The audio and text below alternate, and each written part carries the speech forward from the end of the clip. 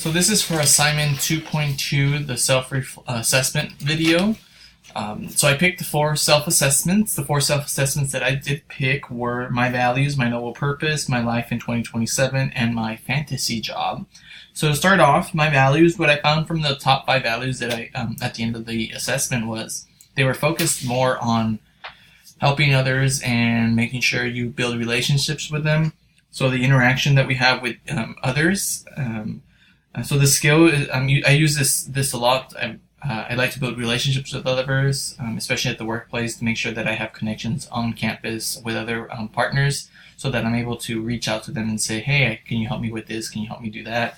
Is there a way to get my student at this? So I really use that on my values, being that I use them on a daily basis at work. My noble purpose was the second assessment that I took. From that, I found out that it ties into the my values. My noble purpose is to help other people, make sure that they develop properly. My employees, I really take a lot of time on my student workers to make sure they're doing okay and understanding how they're doing in the what they're doing in the workplace. I don't like them to just wander and not know what they're doing.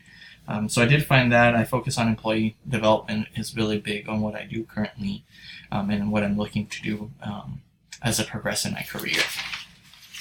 My third assessment was my life in 2027. I kind of was looking out 10 years from now, seeing what I want to do in 10 years, where I want to be. So I see myself in my, still working higher education. That's kind of the career field that I decided I'm going to stay in for a while. I want to be a college professor in the near future, but I also want to be a high-level administrator, hence why I'm in the CDD program, to be able to reach to those positions. But as I get there in those 10 years, I need to make sure that I grow professionally and get all the skills that I need in order to become a high-level administrator at a university or community college. So that's where I see myself in the 10 years, gaining that experience where needed in order to get to that high-level administration position. Lastly, my fantasy job is to become a career counselor.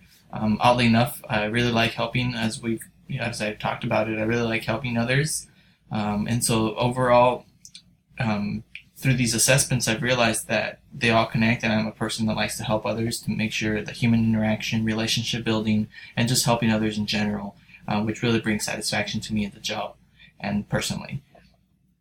So I'd want to be a career counselor where I'm able to help the students and be able to tell them, this is what you need to do. Tell me about yourself and where you want to see yourself, because it's very important that college students have someone to talk to as they progress through the experience, learning, this is what I want to study, but this is not really what the field I want to work in, because I was in a job interview in a career position, and they were like, what was your major?